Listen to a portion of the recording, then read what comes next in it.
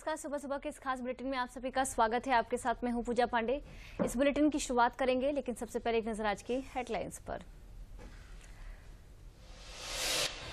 लखनऊ, सहारनपुर, उन्नाव में यूपी के मंत्रियों ने सड़क पर उतरकर जीएसटी बचत उत्सव अभियान के तहत दुकानदारों और व्यापारियों से जीएसटी दरों में कमी को लेकर लिया फीडबैक।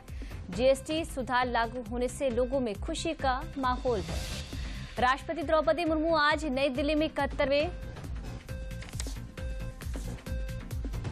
राष्ट्रीय फिल्म पुरस्कार प्रदान करेंगी। बेस्ट एक्ट्रेस का पुरस्कार शाहरुख खान को जवान फिल्म के लिए और विक्रांत मैसी को 12वीं फिल्म के लिए संयुक्त रूप से दिया जाएगा। केंद्रीय गृह मंत्री अमित शाह आज गुजरात में विभिन्न कार्यक्रमों में हिस्सा लेंगे। गांधीनगर में स्टार्टअप कॉन्क्लेव का करेंगे उद्घाटन। अहमदाबाद में करेंगे समीक्षा बैठक।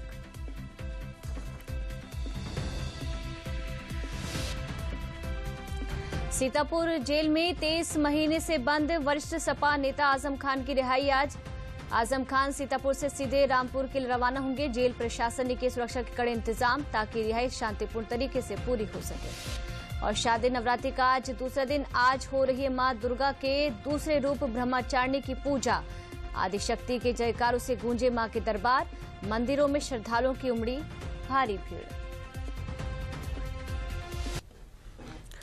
सुबह सुबह की शुरुआत ऐसी खबर के साथ जिस पर आज दिन भर सबकी निगाहें रहेंगी। सोमवार की देर रात भारतीय विदेश मंत्री एस जयशंकर और अमेरिकी विदेश मंत्री मार्को रूबियो के बीच मुलाकात हुई। भारत और अमेरिका के बीच टैरिफ वॉर से बढ़ते तनाव के बीच मुलाकात बेहद अहम मानी जा रही है। जुलाई के बाद दोनों नेताओं के बीच पहली मुलाकात है।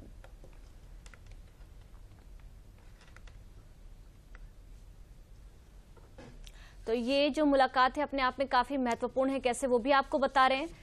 देखिए, भारत अमेरिका मुलाकात क्या हुई बात। मार्को रूबियो ने भारत अमेरिका साझेदारी को क्रिटिकल्स यहां पर और अमेरिका ने रक्षा, व्यापार, ऊर्जा, दवाइयों और क्रिटिकल मिनरल्स में सहयोग को और मजबूत करने का वादा किया है। अमेरिका के लिए भारत अहम स्थान रखता है। तो ग्राफिक्स के माध्यम से समझा रहे कि मुलाकात किस तरह से खास हुई। इंडो पैसिफिक और क्वाड साझेदारी में मिलकर काम करने पर भी जोर दिया गया। आपको जानकारी देते कि मार्को रूबियो ने भारत अमेरिका साझेदारी को क्रिटिकल इंपॉर्टेंस बताया है। अमेरिका ने रक्षा, व्यापार, ऊर्जा, दवाइयों, क्रिटिकल मिनरल्स में सहयोग को और मजबूत करने का वादा किया है। तो जुलाई के बाद ये पहली बैठक जो कि अपने आप में काफी महत्वपूर्ण रही। अब देखिए, H-1B वीजा पर ट्रंप प्रशासन ने फीस बढ़ा दिया है। जहां भारत H-1B वीजा का सबसे ज्यादा इस्तेमाल करता है। पिछले साल भारत ने 71% वीजा हासिल किया था, जबकि चीन को 12% से कम वीजा मिला था। इस पर ताजा स्थिति क्या है ये भी जान लीजिए। दरअसल देखिए, अमेरिका ने साफ किया है कि ये नए वीजा की फीस है और ये पुराने जो पुराने धारक हैं वीजा धारक उन पर अप्लाई नहीं होगा। वीजा रिन्यूअल और मौजूदा वीजा धारकों पर इस नियम का बिल्कुल भी जो असर है वो नहीं होगा। ट्रंप के आदेश से H-1B वीजा का आवेदन शुल्क $1 लाख तक बढ़ा दिया गया है, जिसकी जो फीस है करीब अगर रुपयों की बात करें तो 85 से 90 लाख रुपए बताई जा रही है। अमेरिका ने साफ किया है कि नया वीजा की फीस है। तो देखिए, वीजा रिन्यूअल और मौजूदा को लेकर ये जो स्थिति है बनी हुई है। चलिए, एक बड़ी जानकारी सामने आ रही है। चिराग पासवान ने पटना में होने वाली CWC बैठक पर तंज कसा है। देखकर अच्छा लगा कि कांग्रेस को पटना की याद आई। चिराग पासवान का ये पलटवार, ये हमला है देखने को मिल रहा है, जो कि विपक्षी गठबंधन पर है। CWC की बैठक केवल दबाव की राजनीति का हिस्सा होती है। चिराग पासवान ने कांग्रेस और विपक्षी गठबंधन पर निशाना साधा। कांग्रेस और आरजेडी में वर्चस्व की लड़ाई चल रही, जिस तरह से लगातार तस्वीरें भी सामने आती है मुख्यमंत्री पद को लेकर, और कहा जा रहा है शायद इसी को लेकर चिराग पासवान ने ये बड़ा स्टेटमेंट दिया है। अच्छा लगा मुझे CWC को बिहार पटना की याद आई। आखिरी बार CWC की बैठक बिहार में पटना में कब हुई थी, मतलब मेरी ज्यादा जानकारी में नहीं है। वैसे भी वो कांग्रेस का विषय है तो ज्यादा जानकारी मुझे नहीं भी हो तो चलेगा। बट ये कहीं ना कहीं पुनः वही दबाव की राजनीति है, जिस दबाव की राजनीति के तहत नेता प्रतिपक्ष बिहार विधानसभा कहते हैं कि हम 243 सीटों पे हम लोग चुनाव लड़ेंगे।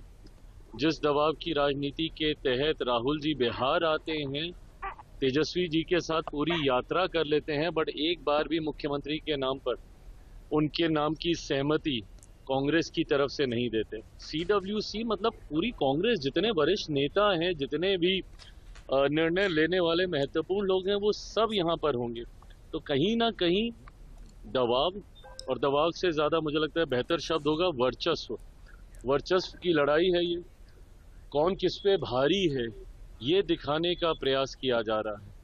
जिस तरीके से पिछली बार ठीकरा पूरा कांग्रेस में फोड़ा गया कि इतनी सीटें दिए थे, इतनी जीते, स्ट्राइक रेट आपका इतना कम था तो अब कम देंगे, कहीं ना कहीं ये उसका जवाब देने का प्रयास कांग्रेस की तरफ से किया जा रहा है। बट बहरहाल ये उनके गठबंधन के भीतर की बात है।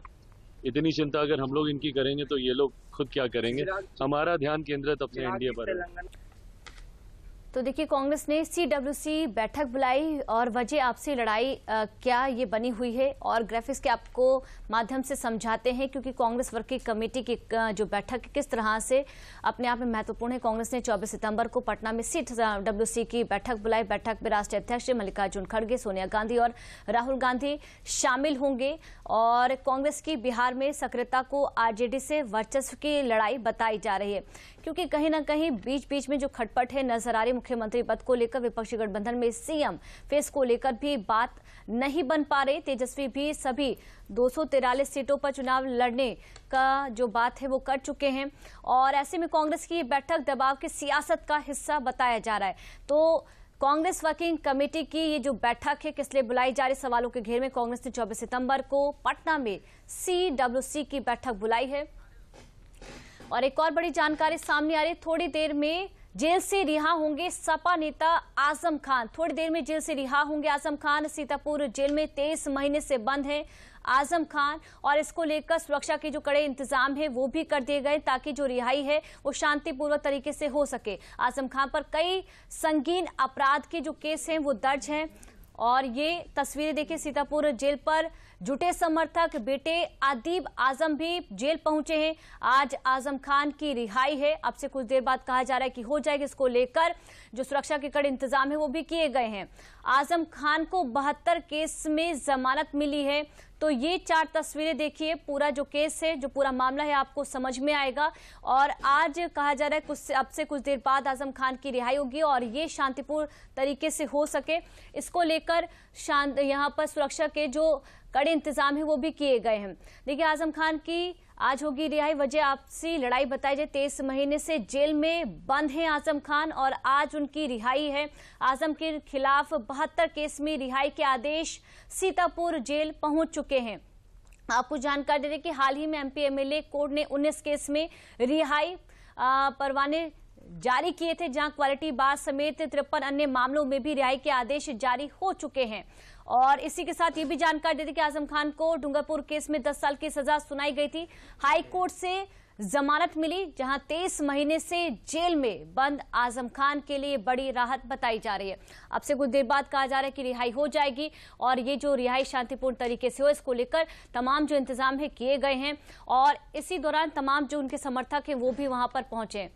चलिए आगे बढ़ते हैं। यूपी के 3 मंत्री रहते आपको जानकारी दे दें कि मंत्री रहते हुए आजम खान ने अवैध रूप से जमीन परिवार के नाम करवाई।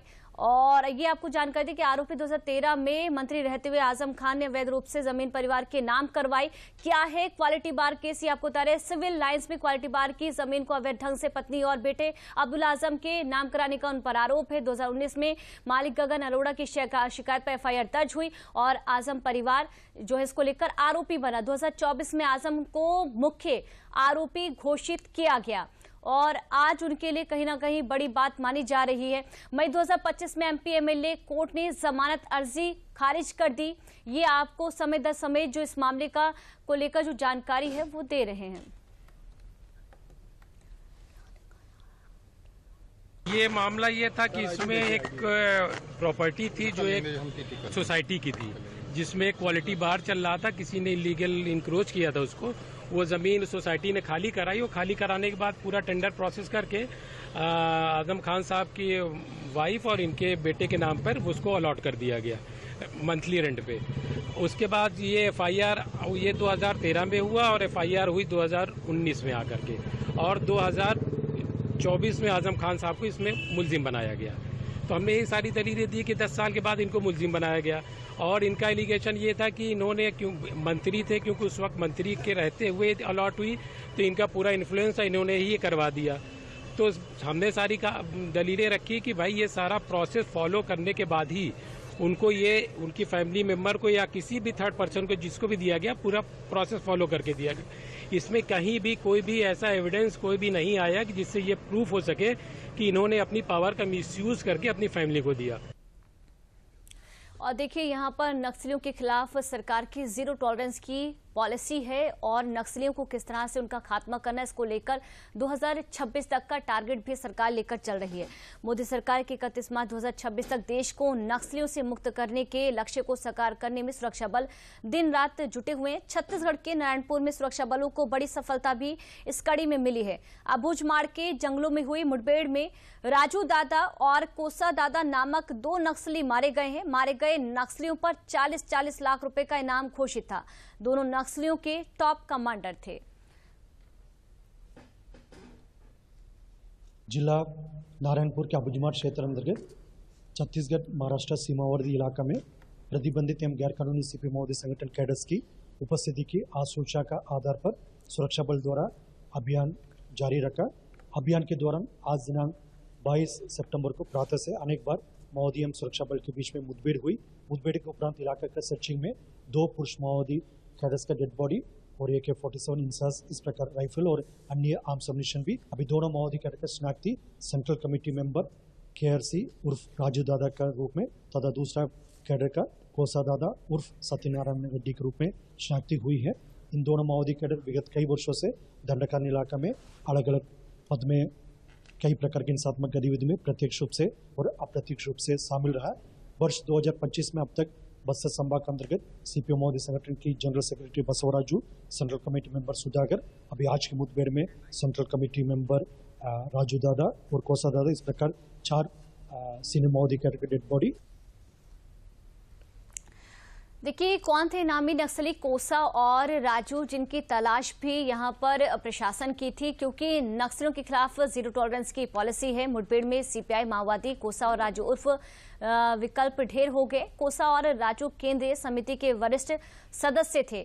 तो कौन थे इनामी नक्सली कोसा और राजू, वो आपको जानकारी दे दें। दोनों नक्सलियों पर 40-40 लाख रुपए का इनाम था। दोनों दशकों से माओवादी हिंसक गतिविधियों में शामिल रहे थे। आपको जानकारी दे दें कि अबूझमाड़ में नक्सलियों की गतिविधियों को ये दोनों संचालित भी करते थे।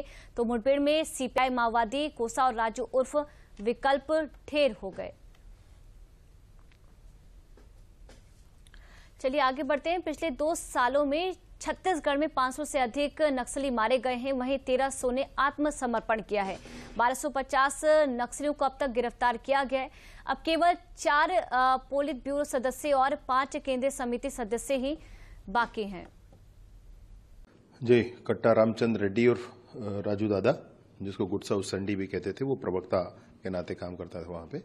और ऐसे ही कादरी सत्यनारायण रेड्डी उर्फ कोसा, ये 2 सीसी मेंबर लेवल के लोग हैं, मतलब टॉप मोस्ट कैडर है नक्सलियों का।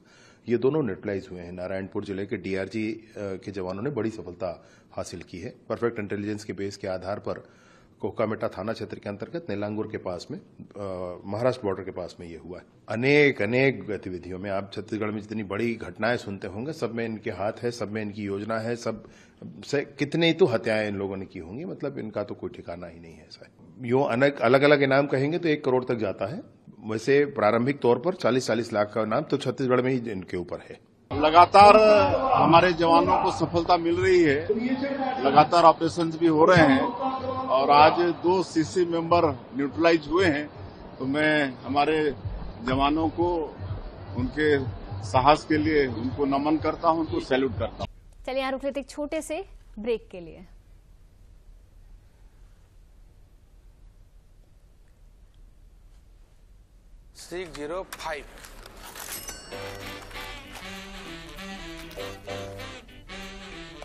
बदलो आदत बदलो।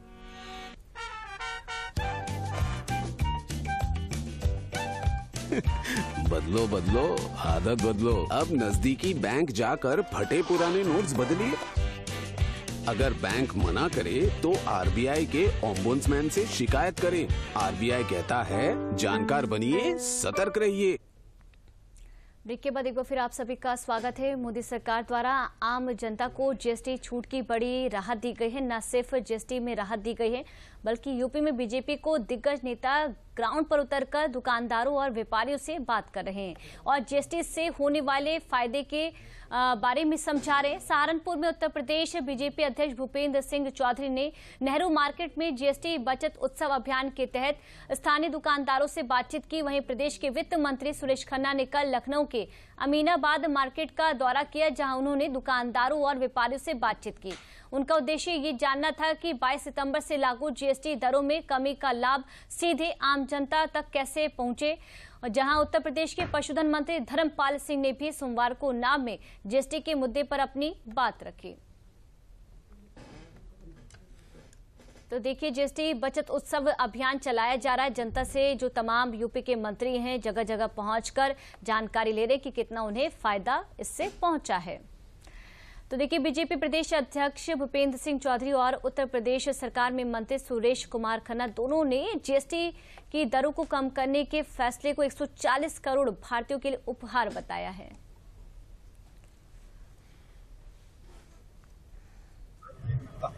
हमारी सरकार में माननीय प्रधानमंत्री जी के नेतृत्व में जीएसटी स्लैब में जो परिवर्तन किया है उसका समाज के सभी वर्गों को बहुत लाभ होने वाला है। चाहे व्यापारी हो, किसान हो या अन्य अलग अलग समूह से जुड़े लोग हो, अलग अलग व्यवसाय से जुड़े लोग। इसमें कृषि के उपकरण भी सस्ते होंगे, इसमें खाने पीने की चीजें भी सस्ती होंगी, इसमें दवाई भी सस्ती होगी और आम आदमी के जीवन में काम आने वाली सभी चीजें इसमें सस्ती होंगी। और ये एक ऐतिहासिक कदम है। विदेशी चीजों का उपयोग करके किसी दूसरे देश पर आश्रित नहीं करेंगे। हमारा भारत में सोने की चिड़िया कर रहा है, हमें किसी पर आश्रित नहीं। यही संदेश है कि हम अपने देश को, अपनी उपभोक्ता को, अपनी चीजें मुहैया करा के हम अपने जी को भी आगे बढ़ाएंगे और देश का सम्मान। रेट घटने से पूरा देश प्रभावित हुआ है, आज पूरा देश लाभान्वित हुआ है। हम अपने ट्रेडर्स को खास तौर से बधाई देने आए हैं और सबसे ज्यादा फायदा कंज्यूमर को मिले, उपभोक्ता को मिले, इसीलिए हम आज गश्त कर रहे हैं। वाराणसी में जीएसटी में छूट मिलने पर ग्राहकों में खुशी की लहर है। सामान्य जनरल स्टोर पर लगभग उपयोग के 75% सामानों पर जीएसटी का सीधा लाभ ग्राहकों को मिल रहा है। ऑटोमोबाइल से सबसे ज्यादा बूम देखने को मिल रहा है, क्योंकि अगर 1 लाख की गाड़ी ली जा रही है तो उस पर सीधे 10,000 की जो छूट है करीब मिल रही है। इसका लाभ ग्राहकों को सीधे समझ में आ रहा है। ग्राहकों की संख्या सबसे ज्यादा ऑटोमोबाइल 2 व्हीलर के स्टोर पर देखने को मिली है।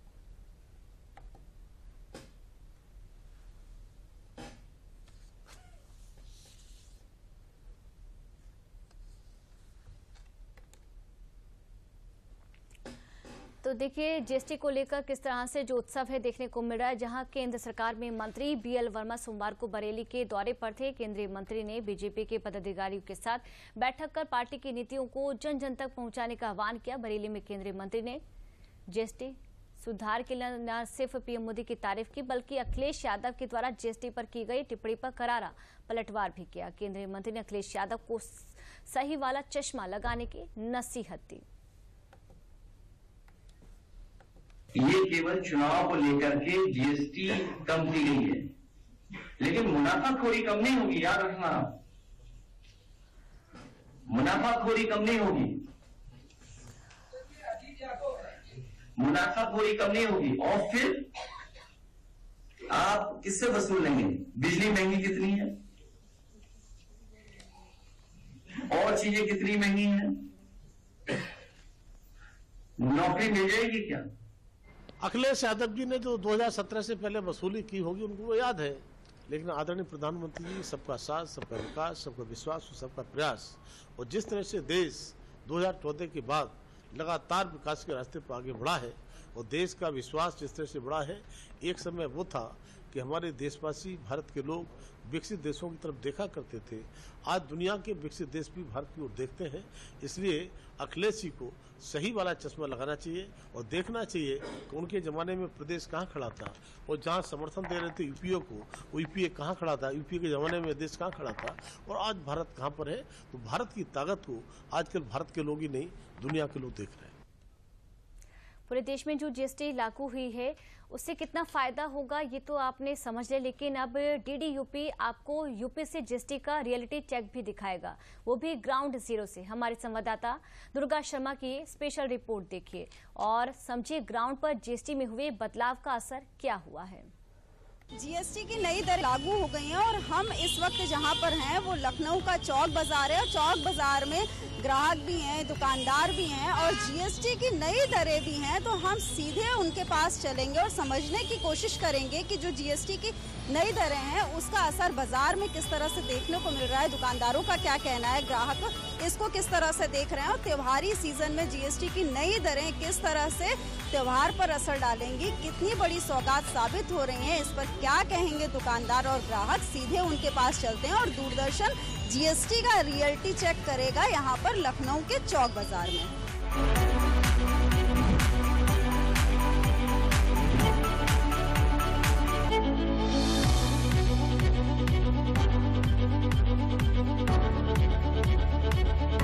जो रोजमर्रा का सामान बेचते हैं दुकानदारों का क्या रिएक्शन है, क्या प्लानिंग है इसको लेकर।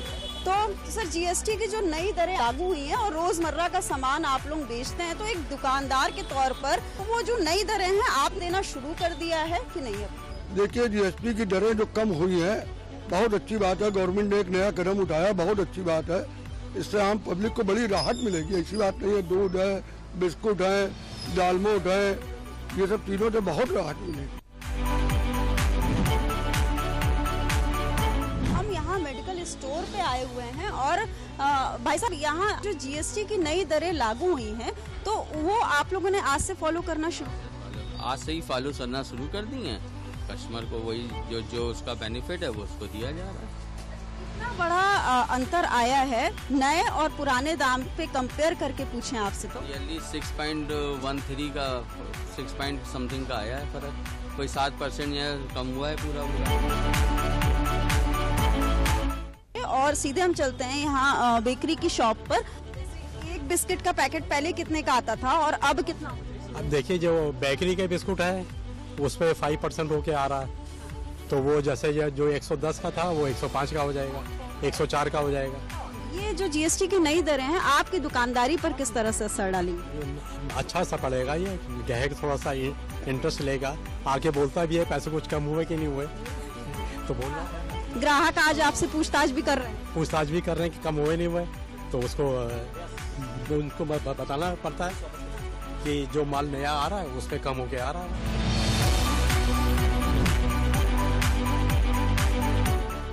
तो चौक के बाजार के बाद अब दूरदर्शन की टीम जो जीएसटी का रियलिटी चेक कर रही है वो यहाँ हजरतगंज में आई है और यहाँ पर समझा जाएगा कि किस तरह से कार का जो सपना है वो जीएसटी की नई दरें लागू होने के बाद साकार हो रहा है और दुकानदारों की बात, ग्राहकों की बात आपको सुनवाएंगे। और बहुत खुशी हो रही है, कुछ शोरूम वालों ने भी हम लोग की काफ़ी मदद करी कि जैसे न्यूज़ आई कि जीएसटी कम होने वाला है तो उन लोग ने भी काफ़ी सपोर्ट किया, कहा थोड़ा आप रोक के गाड़ी लीजिए, आपको कुछ बेनिफिट होगा। इसके लिए हम शोरूम वालों को भी धन्यवाद करते हैं। कार के दाम है, कार के रेट्स हैं, वो किस तरह से बड़ा अंतर एक देखने को मिल रहा है? सबसे पहले आपको और आपके सारे व्यूअर्स को नवरात्रि की हार्दिक शुभकामनाएं। तो जैसा कि आपको पता है कि वैसे तो जीएसटी 5% और 18% के स्लैब बनाए गए हैं, लेकिन गाड़ियों के हिसाब से हम देखें तो 2 स्लैब है, 18% प्लस 40% के स्लैब है। तो जो कि पहले जो छोटी गाड़ियां हैं, छोटी गाड़ियों में जो 4 मीटर से कम है, पेट्रोल जिनका 1200 सीसी से कम है, डीजल जिनका 1500 सीसी से कम है, इन पे 28% की जीएसटी लगती थी प्लस 1% और 3% का सेस लगता था, जो कि टोटल 31% टैक्स होता था। अभी ये घट करके 18% हो गया, यानी कि 13% का सीधे सीधे कस्टमर को इस पे फायदा मिल रहा है। तो ऑफर्स की सौगात है और सबसे बड़ी सौगात गवर्नमेंट ने दी है जीएसटी की नई दरों के रूप में, और त्योहारी सीजन में ये सौगात जो है लोगों को खूब पसंद आ रही है और त्योहार के जो आनंद को है, त्योहार के जो मजे को है वो दुगना कर रही है। और इसी तरह दूरदर्शन का जीएसटी का रियलिटी चेक जारी रहेगा और दुकानदारों की बात, ग्राहकों की बात, उनके जरिए हम आपको बताने की कोशिश करेंगे कि जीएसटी की नई दरों का बाजार पर क्या असर है। लखनऊ में कैमरा पर्सन विवेक कश्यप के साथ Durga Sharma, DD news. UP में 1 महीने तक चलने वाले मिशन शक्ति अभियान को सुचारू रूप से चलाने के लिए यूपी पुलिस द्वारा राजधानी लखनऊ में एक कार्यशाला का आयोजन किया गया। डीसीपी पश्चिम विश्वजीत श्रीवास्तव ने बताया कि एंटी रोमी स्क्वाड के माध्यम से शहर में नवरात्रि के मौके पर दुर्गा पूजा पंडालों पर कड़ी नजर रखी जाएगी। मिशन शक्ति 5 के तहत गाजियाबाद पुलिस कमिश्नरेट में नई पहल शुरू की गई, जहां गाजियाबाद में महिलाओं की सुरक्षा को लेकर पूरा प्लान तैयार किया गया है। प्लान क्या है वो भी आपको ग्राफिक्स के माध्यम से समझाते हैं, क्योंकि गाजियाबाद पुलिस का स्पेशल प्लान है और ये किस तरह से अपने आप में खास है वो भी आपको बताते। गाजियाबाद जिले में 26 जो हजार कहा जा रहा है कि जो ई रिक्शे हैं वो सॉफ्टवेयर में सभी ई रिक्शाओं का जो चालक है वो भी किया जाएगा, जिसमें चालकों का नाम, पता, मोबाइल नंबर, ऐसे वहां से अपराध होने पर तत्काल जो कार्रवाई है वो भी की जाएगी। हर रोज 3 लाख महिलाएं शहरों में ऑटो व ई रिक्शा से चलती हैं कहा जा रहा है, और इसी को लेकर ये जो प्लान है गाजियाबाद पुलिस का स्पेशल प्लान वो देखने को मिल रहा है। अब इसको लेकर पुलिस प्रशासन का क्या कहना है ये भी आपको सुनवाएंगे, लेकिन यहां रुक लेते एक छोटे से ब्रेक के लिए।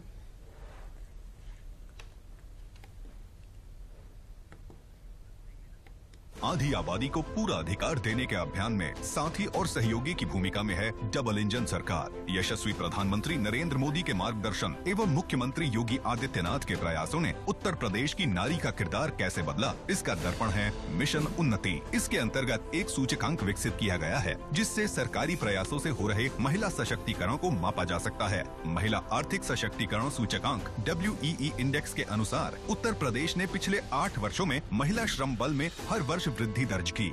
2017 के बाद हुए इस बदलाव का आधार बनी चुस्त दुरुस्त कानून व्यवस्था एवं मिशन शक्ति का विजन, जिसने महिलाओं को सुरक्षित बनाया, स्वावलंबन का मार्ग भी प्रशस्त किया। व्यवसाय, तकनीक एवं अन्य क्षेत्रों में महिलाओं के कौशल विकास और प्रशिक्षण से सरकारी नौकरियों में महिलाओं की संख्या में लगातार वृद्धि हुई। विभिन्न सरकारी योजनाओं और कार्यक्रमों ने स्वयं सहायता समूहों, आसान ऋण एवं उद्यमिता को प्रोत्साहन देकर आत्मनिर्भरता के नए द्वार खोले। काम दमदार, डबल इंजन सरकार।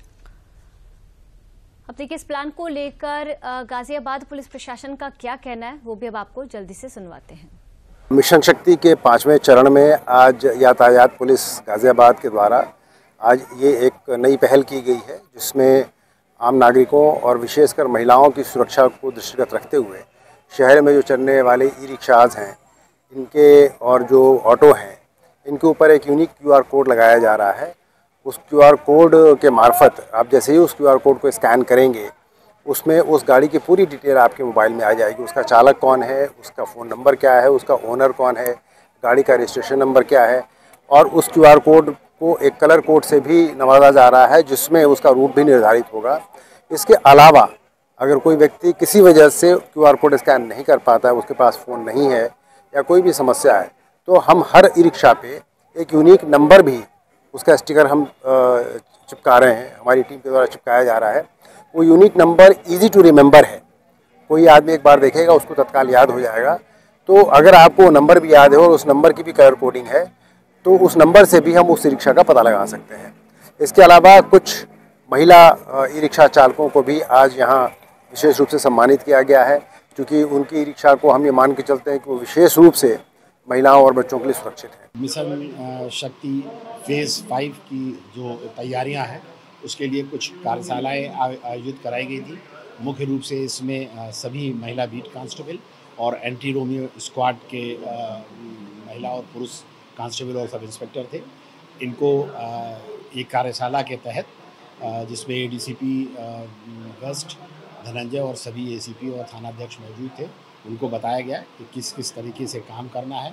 उनको एक कैलेंडर भी उपलब्ध कराया गया, क्या काम करना है, इसमें क्या सावधानी बरतनी है और अधिक से अधिक काम में संलग्न रह के अच्छे से अच्छा कार्य करना है। इसके अलावा उन्हें ये भी बताया गया कि चूँकि 9 दुर्गा शुरू हो रही है तो जगह जगह दुर्गा पूजा के पंडाल लगेंगे, वहाँ महिलाएं जाएंगी, तो जो बीट कांस्टेबल हैं, एंटी रोमियो हैं, ये सभी जगह एक्टिव रहें और अच्छे से काम करें। और इस तरीके से जो मिशन शक्ति फेज़ 5 है उसको हम लोग अच्छे तरीके से करें। इस खास बुलेटिन में फिलहाल के लिए इतना ही। नमस्कार।